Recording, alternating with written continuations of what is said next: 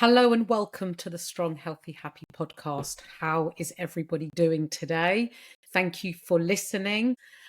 So, today's episode, I'm going to be talking about overeating versus binging and what the difference is. Now, I coach a lot of women and I talk to a lot of women, and a lot of women talk about overeating, emotional eating, and they often describe these episodes as binging. And I thought it was really important to do a podcast on what the differences were between overeating and binging because they are two very different things.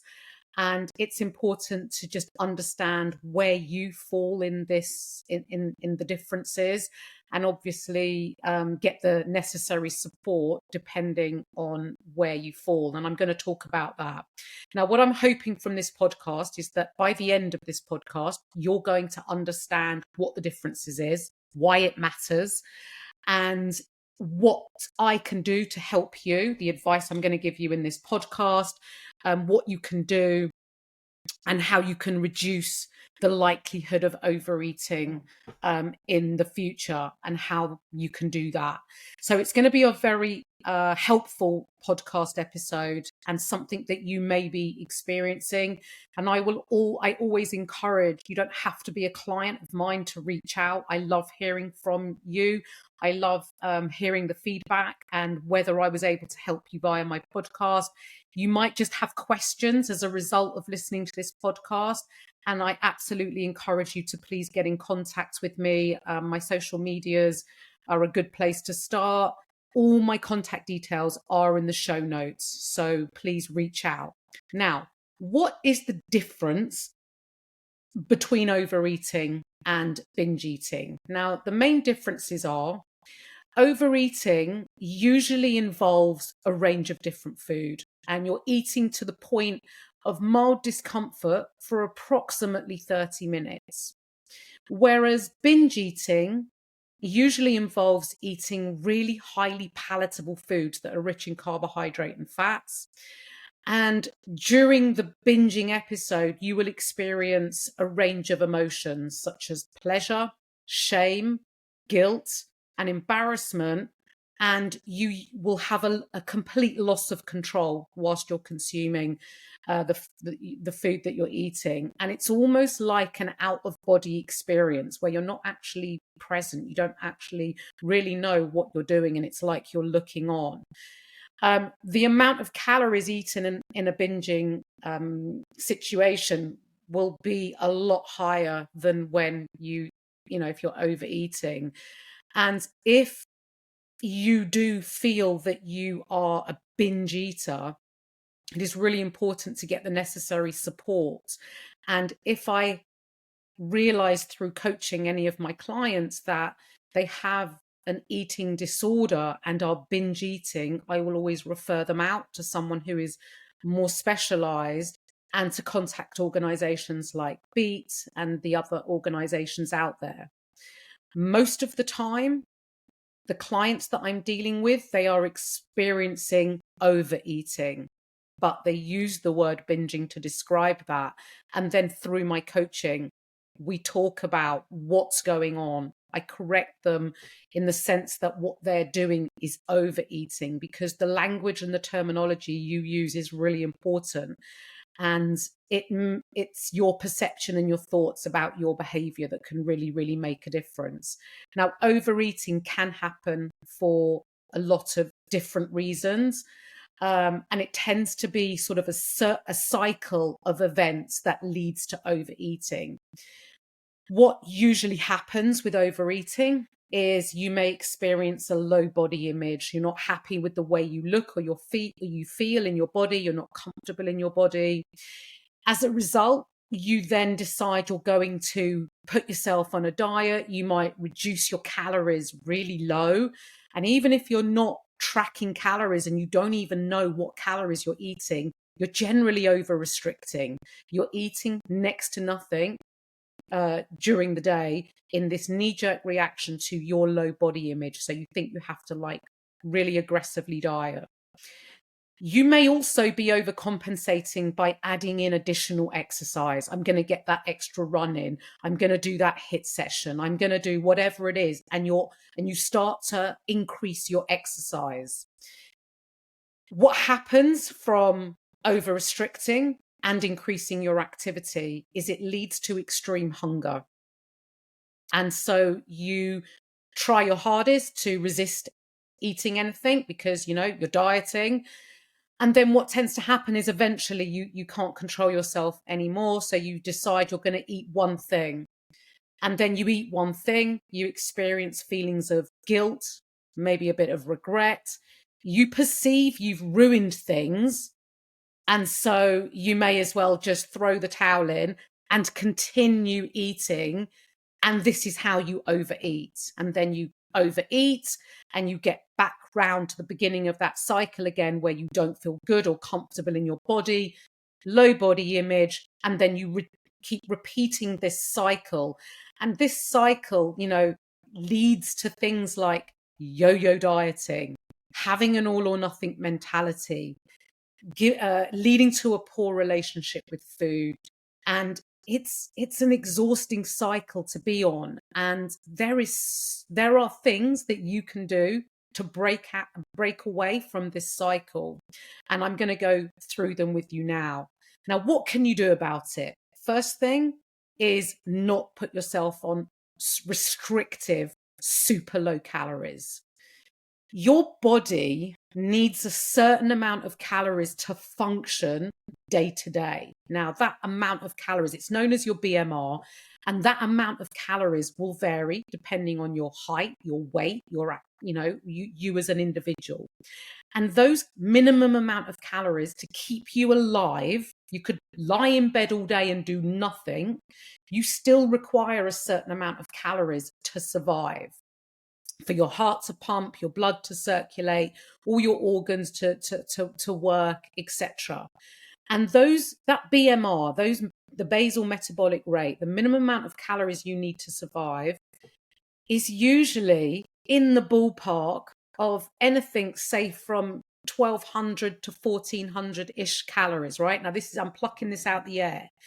But I'm plucking this number out the air so that you understand that when you default to putting yourself on, say, 1200 calories, because if you're tracking calories, MyFitnessPal gives everybody 1200 calories. It doesn't take you as an individual, and it puts you on 1200 calories. And so you think that's what I'm supposed to be on to lose weight. And actually, for some people, maybe they need to be on super low calories, but their BMR will also be a lot lower. So it's relative to them. Maybe they've got medical conditions, etc. But for the average day-to-day person who just wants to lose a little bit of weight and feel more comfortable in their body, putting yourself on super low calories is, apart from being really miserable and restrictive, it's not going to work in the long term. And if you're listening to this podcast and you can resonate, and if you're nodding away, I'm hoping that you're going to really come away with some tools. So the first thing is, don't over restrict on super low calories. This is also, in layman's language, referred to as I'm being good. Being good usually means you put yourself on really low calories. And what happens with being good is you think that when you're not being good, you're being bad. And when you're being bad, you failed. And it, again, leads to this damaging cycle. And it's the use of your language. So, easy solution is not over restrict. Bring your calories up. Be able to eat to a point of, yes, you want to be in a deficit to lose body fat, but it doesn't need to be in an aggressive deficit. A small deficit, one that you can stick to, is the right deficit for you. And it may give you more flexibility, going out with your friends, enjoying your day-to-day life, having more energy, feeling good so that you can exercise and feel good and not get into that cycle of feeling excessively hungry. The other thing you can do is also moderate your exercise. Now, exercise is I am a very big advocate of exercise. I love exercise. I exercise for my health, which is why you should be exercising. Do not use exercise as currency for eating food or paying back for the food that you've eaten. Again, it's a very unhealthy cycle that will keep repeating and perpetuating potentially the overeating cycle. So exercise regularly, do the exercise you enjoy, but think about the reasons why you exercise. How does it make you feel? In terms of your mental well-being, feeling strong, feeling healthy, appreciating what your body can do as opposed to always what it looks like. The other thing you can do is have a more neutral approach to food. It's known as food neutrality. What does this mean in like simple terms that you can take home and apply? It means looking and thinking about the language and your thoughts and feelings and perceptions of certain foods. Do you consider food as good or bad, fattening, off limits, sins, and a multitude of other words that you may use to describe food? Like, food is just food. Some of it is more healthy, some of it is less healthy, but all food can be included. Some food benefits our physiological health, the way our body functions and performs and feels. And some food benefits our psychological needs, makes us feel good, it's enjoyable. And if we can get a bit of an 80-20 split between those foods, where 80% of the time you're eating more nutritious foods that benefits your physiological function and how you feel, perform, and then 20% of your overall intake is eating the foods that you enjoy. And they tend to be the more higher calorie foods, the more palatable foods, the more enjoyable foods, the foods that tend to give us more pleasure. They don't need to be cut out, again, because it's going to lead to that all or nothing mentality. So having a more neutral approach, thinking about your language. And if you find yourself saying, the word bad or any derogatory term like that, correct yourself and call yourself out, because it's not helping. The other advice I would give you is not to skip meals, is to make sure that you're eating regularly throughout the day, i.e. breakfast, lunch and dinner. And the times of those meals can be at times that suit you, but try and keep them at regular times and consistent throughout the week. And your body will get into a nice regulated routine of knowing when your meal times are, and being able to more easily regulate your hunger and your appetite. Make sure that each of your meals contains a serving of protein and plenty of veg or fruit. Veggies and fruit, high in fiber, extremely nutritious, lots of nutrients, and they keep you full. They're very good for you. And protein, again, is the most essential macronutrient. It benefits your long-term health. And in terms of weight loss, protein keeps you fuller for longer. And also the body works a lot harder to digest it. So effectively, you're burning calories from eating protein. You don't need to save the treats just because it's the weekend. If you want to have some chocolate on a Wednesday evening because you fancy it, with a cup of tea in the evening after your dinner, when you're already feeling a little bit full and less likely to overeat on it, why not? You can. You don't have to wait for a Saturday night to eat some chocolate, because what happens is if you save it for a Saturday night, is you get the all mentality, and you get shit tons of chocolate in, and you sit there watching TV, and then you're going to and the likelihood is you're going to overeat on it. Whereas if you allow yourself chocolate any day of the week, whenever you want, you will more likely eat it in a more moderate way. And like I say, it always needs to be following on from a meal, sat down and eaten in a mindful state, not when you're distracted.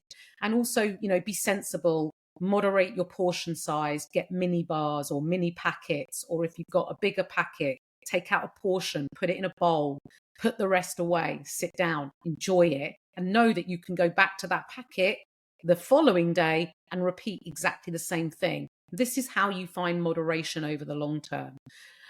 So don't just save food for the weekend, and always eat it not instead of a meal, always after a meal when you're already full and less likely to overeat, and eat it in a mindful state. The other thing that you can do to help yourself is be less rigid.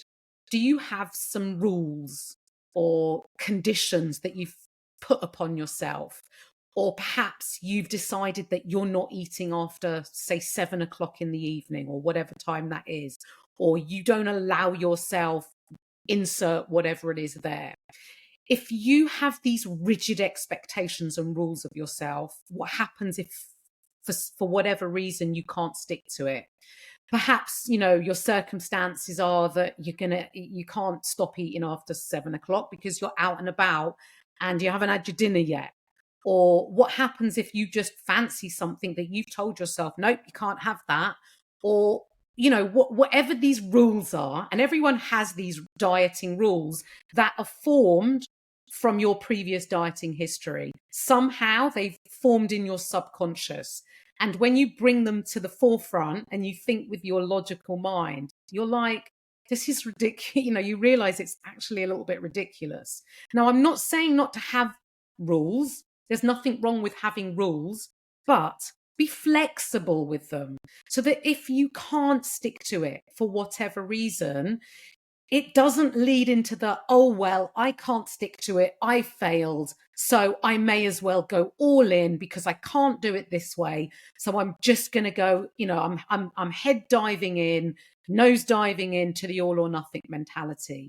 And so this is what rigid rules can sometimes lead to, most often lead to. So be a bit flexible. So if you do eat past 7 o'clock in the evening, you think to yourself, okay, this is not what I usually do, but I am, and I'm just going to, get back to what I want to do, follow my rules or whatever you're doing or whatever that might be. You just do it the following day. You don't have to lead into the all or nothing mentality. You haven't failed.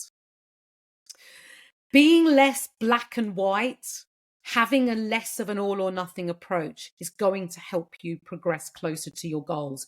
Remember, we're not striving to do things perfectly.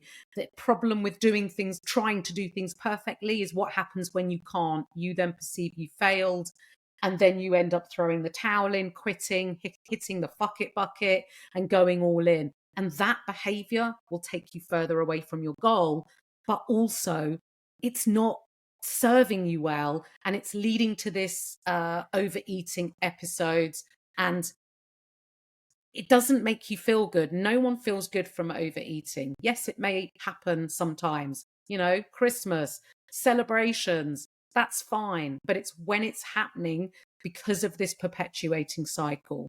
So what can you do about it? How can you reduce the likelihood of overeating? I've talked about already some of the things you can do in terms of not being over restrictive, being less rigid. But what can you do about it in terms of recognizing why you're overeating and looking at those deeper reasons and what's leading to it? Because if you've got all those other things covered, but it's still happening, emotional eating or overeating can happen due to the way that you feel. And tuning into being more mindful about why it's happening can really, really help you. And this is an area that I really spend a lot of time in with my clients, because emotional eating is such a big thing. It's very I don't want to use the word normal, but it happens very regularly for a lot of people. And when I work with clients, we really work on this. And I'm going to give you some of the tools that I use with my clients that I'm hoping is going to be helpful to you. And if you're one of my clients listening to this, you can never listen to this stuff too frequently, because it really does cement and reinforce about the techniques and strategies that I'm going to share with you. So being more mindful, being aware of your feelings, naming them. I'm just going to give you an overview. Naming them. Recognizing the early signs of when you become dysregulated. So let's talk about, when you're like, overeating tends to happen for most people in the evenings.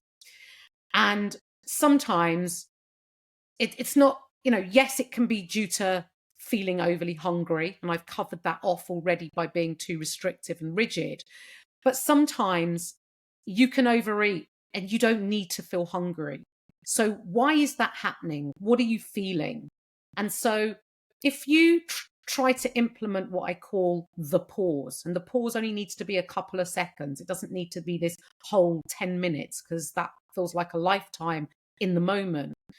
But what are you feeling? Can you name them? Are you bored? Are you tired? Are you pissed off at your partner? Are you angry? Are you stressed? Like, what are you feeling? Name them. And then ask yourself, what will, like, let me just start this again. So when you name those feelings, what will make you feel? So, for example, I feel stressed. Ask yourself before you reach and open the fridge, the cupboard, will this food make me feel less stress? Ask yourself that. And then ask yourself, what will help me to feel less stressed, or whatever the feeling is that you're feeling. So being more mindful and asking yourself these questions. So let me just say them again smoothly this time. When you're feeling the urge to overeat, try and recognize the signs as early on as possible. And then take a deep breath, which is like taking the pause. You might want to put your hand on your chest. Take a moment, just a moment, and ask yourself, what am I feeling? And answer yourself. For example's sake, I'm going to say stressed. I am feeling stressed. Will this food make me feel less stressed? No, it's not going to make me feel less stressed. It might make me feel distracted in the moment, but after eating that food, it's going to make me feel regretful, and it hasn't probably reduced my stress. So what will help me feel less stressed? And this is where you need to create a toolbox of tools. And these tools are going to help you have other strategies to cope with your feelings outside of seeking comfort solely from food. Now, I want to caveat and say sometimes food is comforting, and there are times when you will want to seek comfort from food. But the problem is when it's your only source of comfort, and that's what you turn to as your only toolbox to cope. This is where the issue lies. So you need to create a toolbox of tools. It might be that you go take yourself out for a 10-minute walk. It might be, if you're tired, you go to bed. It might be that you go off and have a bath. It might be that you go and call a friend. It might be that you turn to your partner sitting next to you on the sofa and tell them, I feel stressed, and talk about it. It might be whatever you want it to be. Some people do like adult coloring, crafting. They may be distraction methods, but often they help you ride the wave of feeling that urge to overeat. And the problem with emotional eating is that it does sometimes give you that dopamine hit in the moment, but long term, it often leads to feelings of regret, shame. And then you get back to that low body image. And then we reduce that. Then we go through that cycle again of low body image, restricting your calories, exercising more, feeling excessively hungry, eating one thing, overeating, getting back to the beginning of that cycle again of low body image. So we want to try and recognize the reasons why we're overeating. And once you can do this, it's going to really help you reduce your likelihood of overeating. With your list of tools, write them down, put them in your phone notes so you can remind yourself what they are. Having this increased self-awareness is going to help you understand the reasons of why you're overeating. And with the tools and the strategies I've given you in this podcast, you have to practice them. You are not going to get this right from tonight, from tomorrow. You have to practice them. And it takes a lot of practice and consistency, and also acceptance that you're not always going to get it right. but you keep practicing. And this actually leads me into finishing off with talking about reframing. We're so quick to talk down on ourselves. We're so quick for that negative voice in our head to speak the loudest. You've done this, you failed, you can never do anything, whatever that negative voice is. Instead of reframing it into what you did well. For example, maybe you did really well by going through the method that I talked about. You took a pause, you took a breath, you named your feeling and you identified it, and you pulled a toolbox out your tool and you rode the wave of urge of emotional eating and you achieved it. And you did that. Maybe that was yesterday, but you're so quick today to come down hard on yourself that you failed without recognizing that yesterday you succeeded in doing it. And doing it yesterday and succeeding was a win. And it's important to recognize that. And it's important to recognize that you have to keep practicing and reframing it and recognizing what you did well. Did you get back to your normal routine as soon as possible, rather than letting one bad decision, one overeating episode, then turn into a whole day, a whole 2 days? Can you bring yourself back to just drawing that line and then carrying on as normal, as in your usual routine, and recognizing your ability to get back to your usual routine much quicker? These are wins, and they're important to reframe them and recognize what you did well and quieten that negative self-talk. It's not helping you. Negative self-talk, we're too quick to listen to the loud voices. Get that reframing and hear your positive self and recognize what you did well. Continue practicing. Practice, practice, practice. Now, if anything I talked about in this podcast resonated with you, or you would like to join my coaching team, you feel ready to take the next step in having the support and the reassurance and the guidance and the accountability to help you achieve your goals, and you recognize that you're going in this cycle and what you've been doing clearly isn't working, then please reach out to me, get in touch. There is a link in my show notes that will take you to an application form, and I will contact you as a result of receiving that. If coaching isn't an option for you, remember, these podcasts are useful, helpful advice that I'm hoping will help you be able to apply them to your lives and help you achieve your goals.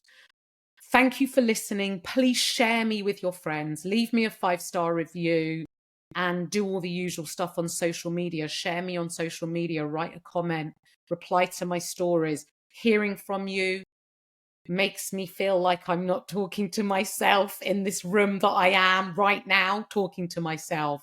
So I'd love to hear from you, and please feel free to ask me questions anytime via my social media. Have a great rest of your day, and I'll catch up with you on the next one.